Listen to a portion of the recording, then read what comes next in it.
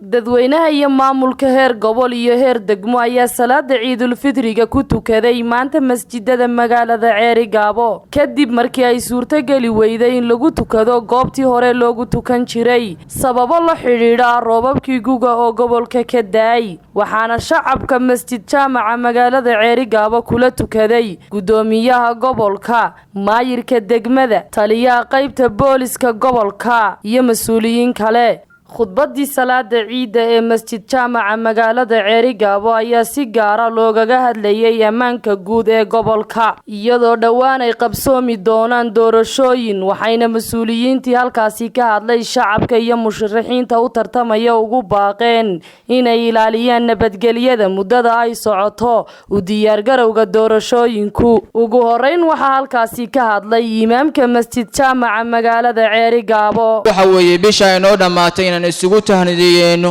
isuguna bushaareyno markaas ciid mubaarak baan leeyahay cid kasto muslima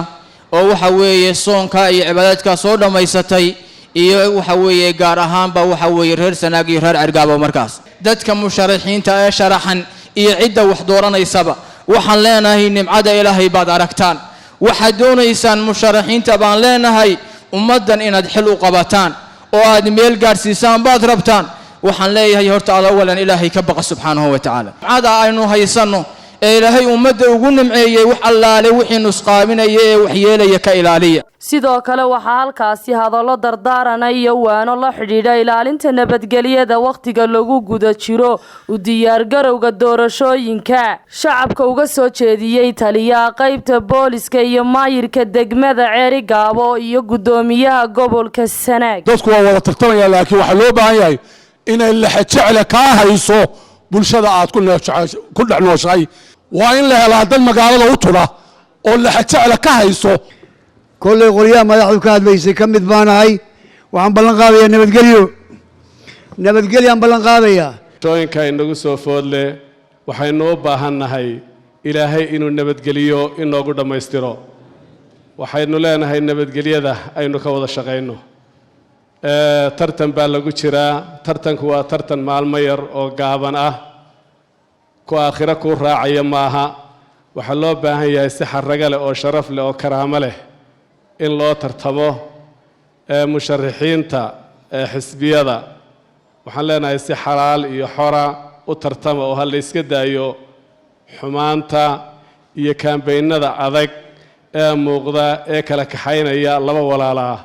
bari dadkani way isku soo noqonayaan waa dad walaalo ah ugu dambeyn shacabka ayaa isugu hambaliyeeyay munaasabada ciidul fitriga awgeed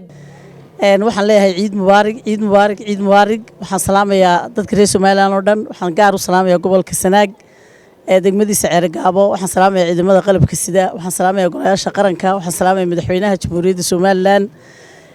waxaan idin leeyahay ciid mubaarak TV-ga qaranka ciid mubaarak farxad weyn bay tahay maanta inaan Ceerigaabo markii ugu horeysay aan ciid kala qayb galo gobolada bariga khaasatan anoo jooga gobolka Sanaag ee balaaran magaalada madaxdiisa Ceerigaabo markii ugu horeysay ciid kala qayb galo farxad weyn ayay tahay aad iyo aad baan ugu faraxsanahay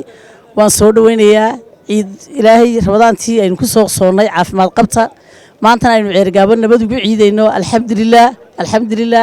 ma leeyahay shaweynta Soomaaliland iyo caalamkaba waxaan leeyahay dhammaan muslimiinta meel kasta ay joogaan waxaan leeyahay kulli caam oo antum bixeer waxaanu soo dhamaysanay bishii barakaysnayd ee Ramadaan khayrkeedana Ilaahay ka bareynaa inuu Ilaahay na siiyo meel kasta aad joogtaan ciid mubaarak kulli caam oo antum bixeer dadka islaamka Soomaalida gaar ahaan bahda saxaafadda aan ka tirsan waxaan leeyahay ciid mubaarak bismillaahir rahmaanir rahiim ciid wanaagsan dhammaan ummadda muslimka ah meel kasta ay dunida ka joogaan waxaan leeyahay ciid wanaagsan gaar ahaan ummadda reer Soomaaliland meel kasta ay joogaan waxaan leeyahay ku ciid caafimaadsan Suhuur Maxamuud Aadan warbaahinta qaranka Soomaaliland magaalada Ceerigaabo